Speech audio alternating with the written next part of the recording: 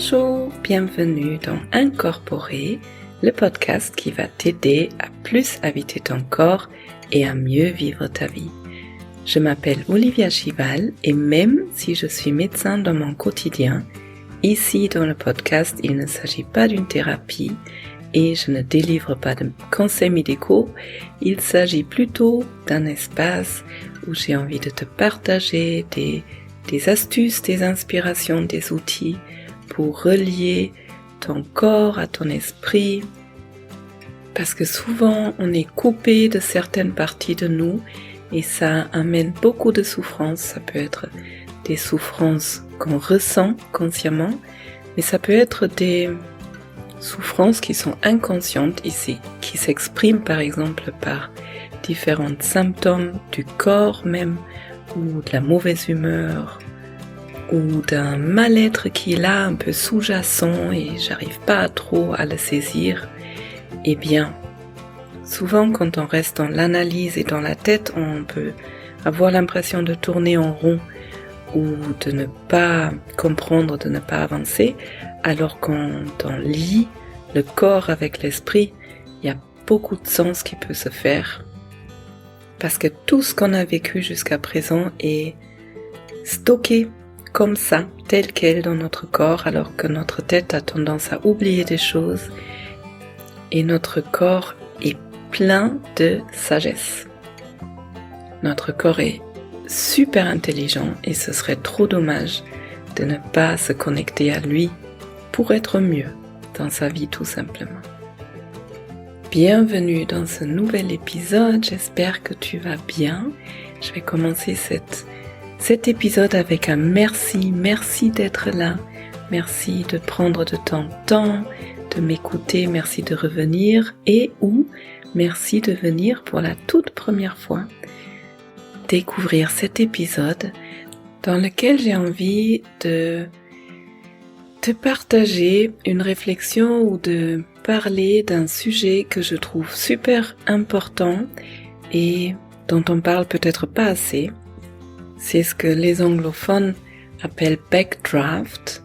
C'est un moment dans une thérapie ou dans un travail sur soi, sur un chemin spirituel, peu importe, où on est en train de faire un énorme pas, d'avancer beaucoup d'un coup. Et souvent ça peut amener de la douleur, de la tristesse, du regret, une sorte de deuil.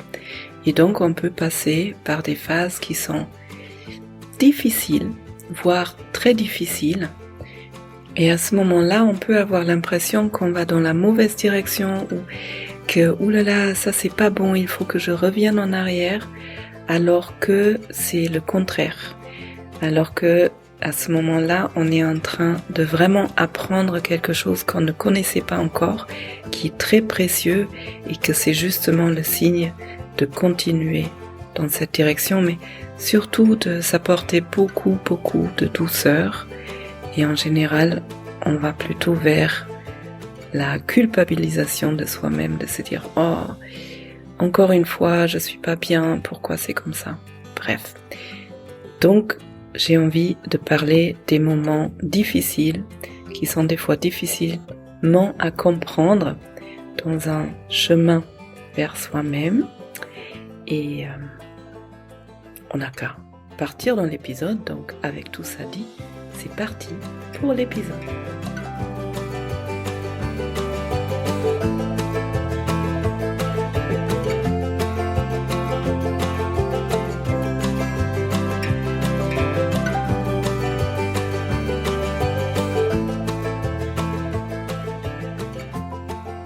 Alors, l'idée pour cet épisode m'est venue parce que j'ai terminé là récemment les 4 semaines de mon cours en ligne Ma sécurité intérieure et c'est vrai tous les ans ça me saute à la figure si je peux dire ces moments où les participants, je vois qu'il y a quelque chose qui se passe, qui va dans la bonne direction. Je vois que les participants ont commencé à avoir beaucoup plus d'amour, de bienveillance envers elles-mêmes, beaucoup plus de respect envers eux-mêmes. Ils commencent à poser leurs limites, à dire non à des choses qui ne leur font pas du bien. Et puis, il y a de la douleur qui vient avec ça. Donc bien sûr, je vois ça aussi en thérapie. Je me souviens que c'était un grand sujet quand moi j'ai appris l'autocompassion pendant un stage. En fait, c'est sûr, quand on fait quelque chose de très intensif, c'est beaucoup plus palpable. Dans un accompagnement sur la durée, ça va être plutôt des petits moments. Ça peut apparaître. Et donc en anglais, on appelle ça backdraft. Qu'est-ce que c'est le backdraft? C'est, je crois en français, ça s'appelle explosion des fumées. C'est un terme qui vient du pays des pompiers. Quand vous avez une maison qui brûle et toutes les portes et toutes les fenêtres sont fermées, eh bien, le feu, il va s'éteindre progressivement, mais sans vraiment s'éteindre. Il va baisser parce qu'il n'y a pas assez d'oxygène, et quand les pompiers arrivent et ouvrent la porte, il y a d'un coup beaucoup d'oxygène qui arrive, et qu'est-ce qui se passe? Eh bien, le feu, il reprend d'un coup, et des fois, ça peut donner des explosions, et ça peut être très très impressionnant, et on pourrait se dire, mais faudrait pas ouvrir la porte pour que l'oxygène arrive pour éviter cette explosion. Mais au final, c'est important que les pompiers puissent vraiment éteindre le feu. Donc, on va dans la bonne direction, mais on passe par un moment explosif, difficile, qui fait partie du processus. Il y a d'autres exemples ou d'autres métaphores. Une autre métaphore, c'est quand vous êtes en hiver dehors, il fait très très très froid et vous avez les mains qui sont complètement gelées à un point où vous les sentez presque plus. Et bien quand vous rentrez dans la maison et vous la mettez sous l'eau, même l'eau tiède, qu'est-ce qui va se passer? Eh bien quand mes mains sont en contact avec l'eau chaude, d'ailleurs il faudrait éviter d'apporter de l'eau trop chaude, on est d'accord, mais quand les mains se réchauffent d'un coup, eh bien, il y a une énorme douleur. Donc, la direction, c'est la bonne, mais s'il y a trop de chaleur d'un coup, trop de bon d'un coup, on passe par une phase où ça fait encore plus mal. Et particulièrement, quand on apprend à se respecter, à s'aimer, et qu'on n'a pas vécu ça avant, eh bien, au moment où on se rend compte que on touche à quelque chose qui nous fait tellement du bien et dont on avait tellement besoin toutes ces années avant, une vraie forme d'amour, de douceur, qu'on n'a peut-être jamais expérimenté parce que nos parents n'étaient pas capables de nous le donner. Quand on apprend à se le donner à soi-même, en général, il y a un moment qui est difficile. Il y a un moment où on sent une douleur, un regret, justement ce regret de ne jamais avoir pu toucher, goûter, vivre cet amour-là, alors que on en avait tellement besoin. Et ça peut être accompagné d'une sorte de deuil de toutes ces années où j'ai vécu sans ça, sans cette ressource, sans je dont j'avais tellement besoin. Et les phrases qui viennent avec, c'est souvent mais pourquoi que maintenant? Pourquoi pas avant? Pourquoi j'ai perdu toutes ces années?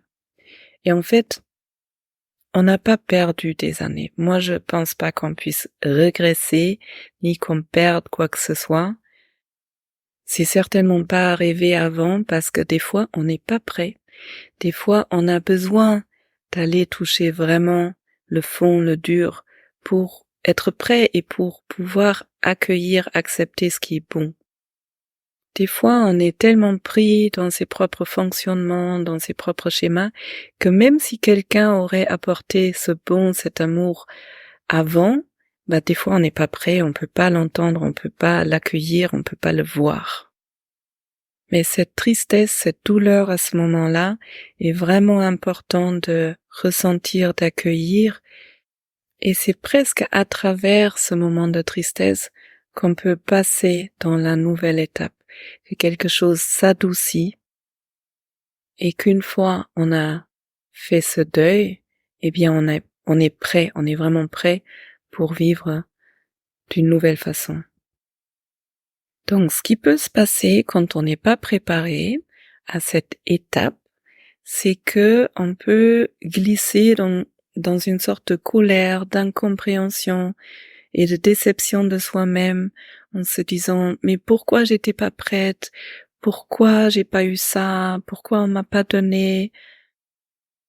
Voire c'est peut-être de ma faute que j'arrive à m'aimer seulement maintenant et pas 10, 20, 30 ans avant.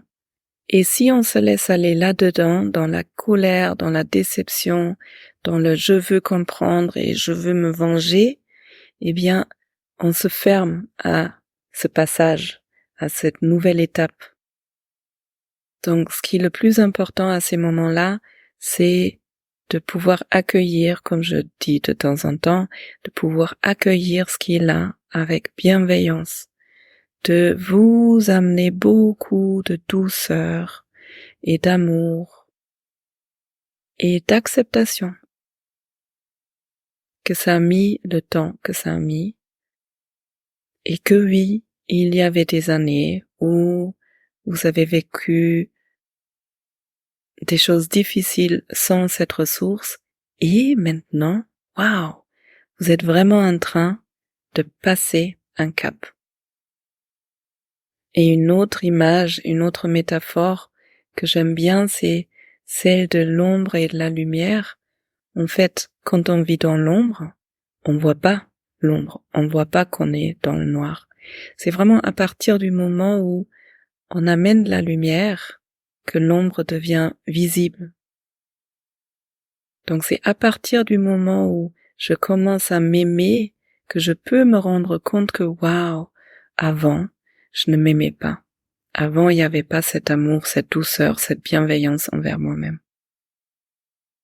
Donc ça, c'était le message principal dont je voulais vous parler, de ces moments vraiment qui montrent qu'on est en train de passer une étape et où, en revanche, on peut avoir l'impression que c'est pas du tout bien, c'est trop douloureux, je veux pas y aller. Et sur un plan beaucoup plus large, à partir du moment où je commence à me respecter, à m'apprécier, à me traiter d'une bonne façon, d'une façon bienveillante, à poser mes limites, à dire non à des choses qui ne me conviennent plus ou pas, eh bien, il se peut que je me rende compte que dans certaines relations et dans certaines situations dans ma vie, je n'ai plus ma place. Parce que vu que moi je me traite d'une nouvelle façon, je n'ai plus envie d'accepter que les personnes me traitent moins bien, ou je n'ai plus envie de vivre dans des situations qui au fond ne me conviennent plus. Et ça peut être des ambiances, des conditions de travail, comme ça peut être des amitiés, ou peut-être un appartement dans lequel il y avait plein de trucs qui n'allaient pas, que j'ai toujours accepté, mais en fait maintenant, j'ai envie de vivre dans un contexte dans lequel je me sens réellement bien. Et autant ça peut amener des situations difficiles parce que je dis au revoir à certains amis et donc je me retrouve dans une sorte de vide pendant un certain temps avant de rencontrer des nouvelles personnes qui fonctionnent autrement, qui sont dans plus d'amour, dans plus de compassion, peut-être dans plus de bienveillance, dans plus de respect. Et ça peut amener à des situations où je me rends compte que ce travail-là, je m'y sens plus du tout bien dedans. Je n'ai plus envie d'accepter ça. Et en même temps, je peux pas non plus quitter mon boulot du jour au lendemain dans cette situation où j'ai besoin de trouver quelque chose de nouveau. En même temps, pour l'instant, je suis encore dans ce contexte dans lequel je n'ai plus du tout ma place. Et là aussi, il est important d'amener de la douceur pour vous, d'aller dans vos ressources, de vous créer des espaces, de la place pour pouvoir cheminer en douceur, pour peut-être mettre en place des changements de façon un peu plus au ralenti, plus lentement. Mais surtout de ne pas être en colère contre vous-même parce que jusqu'à présent ça a été comme ça et que c'était ok en quelque sorte et que maintenant vous avez envie d'autre chose. Et ensuite, il y a la grande question de la sensibilité. Parce que souvent quand on dénoue des traumatismes, quand on s'approche de soi-même, de ses émotions, quand on commence à vraiment prendre soin de soi, eh bien, on est en train de défaire tranquillement toutes les armures qu'on a mis en place pendant des années, des décennies, et paradoxalement, ça nous rend plus vulnérables. Ça nous rend plus vulnérables et ça nous rend plus sensibles. Il y a le compagnon d'une de mes collègues qui dit ça très joliment. Il dit qu'il n'a plus envie de rencontrer toutes ces personnes qui font toutes ces thérapies et tout ça, parce que ces personnes deviennent trop chiantes, parce qu'elles s'écoutent trop, parce que elles ont toutes leurs petits rituels à se coucher tôt, à ne plus manger tôt, à ne plus regarder les films de violence, etc. Et comme lui, il n'est pas trop sur ce chemin-là, eh bien, il ressent ce décalage. Et quand on est soi-même sur ce chemin, ça peut être aussi chiant quand on ne supporte plus les scènes de violence, quand on se rend compte que si je n'ai pas assez de sommeil, je ne me sens pas bien, donc je vais faire attention à me coucher tôt et du coup peut-être moins aller aux soirées, moins supporter les gens qui sont violents, qui hurlent, qui font beaucoup de bruit. Et on peut se poser la question si on est vraiment sur le bon chemin. Parce que, est-ce que ce serait pas mieux d'être comme Bouddha et de pouvoir être en paix avec tout? Mais en fait, Bouddha ou les moines, qui méditent 12 heures sur 24, voire 20 heures sur 24, ne se trouvent pas dans la vie qu'on mène nous au quotidien. En général, ces moines, quand ils sont en retraite, ils sont tout paix et amour. Par exemple, quand ils sont dans un monastère pendant 3 ans, et en fait, le jour où ils rentrent dans le monde comme nous on le connaît, eh bien, ils ne sont plus du tout amour et paix, ils sont au contraire ils sont très agressés par le monde dans lequel on vit. Parce que, soyons honnêtes, le monde dans lequel on vit est ultra violent. Et soit je suis très loin de mes émotions, de mes sensations, et j'ai des bonnes barricades autour de moi pour me protéger de tout ça, et dans ce cas-là, je peux vivre et ça me fait rien, mais je suis coupée de moi-même, ou bien je suis en lien avec moi, je suis proche de mes sensations, de mes émotions, et dans ce cas-là, c'est pas facile de vivre dans autant de violence. Et de nouveau, on peut se poser la question, mais est-ce que dans ce cas-là, il vaut pas mieux rester coupé de ses émotions et de ses sensations et pouvoir fonctionner entre guillemets dans ce monde-là?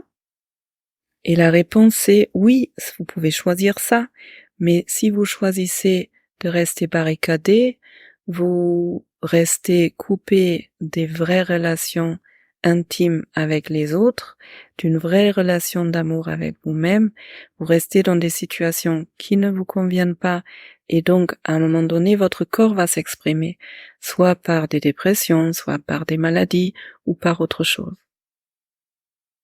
Et comment faire pour vivre avec cette sensibilité et cette vulnérabilité qui est nouvelle dans ce monde qui n'a pas changé?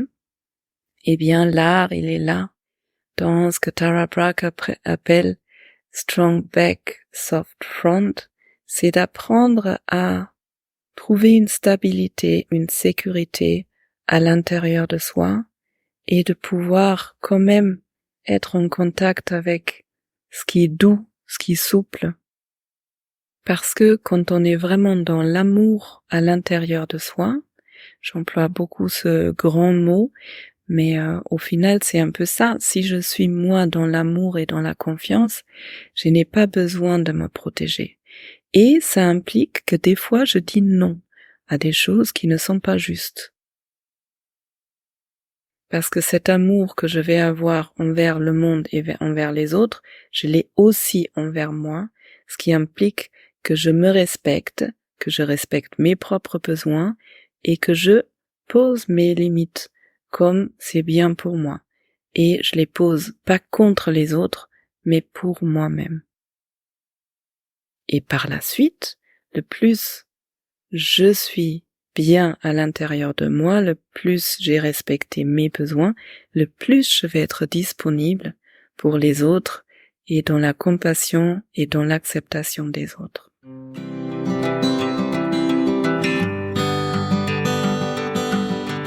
Voilà, bienvenue après ce petit voyage dans les moments difficiles qui peuvent apparaître quand on est en chemin, en thérapie, en chemin spirituel, quand on fait des stages, quand on apprend des choses sur soi et quand on commence vraiment à s'apprécier, à s'aimer et à se respecter. Si vous avez des questions, des remarques sur cet épisode, vous pouvez toujours m'écrire, soit en répondant à la lettre d'Olivia, ma newsletter qui sort une fois par mois. Vous pouvez venir me voir sur Instagram et écrire un commentaire sous le reel du jour. Vous pouvez écrire des commentaires là où vous écoutez le podcast sur YouTube, sur iTunes par exemple. Et si vous avez envie de soutenir mon travail, eh bien, vous pouvez partager cet épisode et me laisser des avis 5 étoiles. Ça permet à plus de personnes de trouver ce podcast. Et j'espère que cet épisode vous a fait du bien. Peut-être il y a des choses qui sont devenues un peu plus claires, quelque chose qui vous a parlé. En tout cas, je vous souhaite d'aller bien et une belle journée, une belle soirée et à bientôt.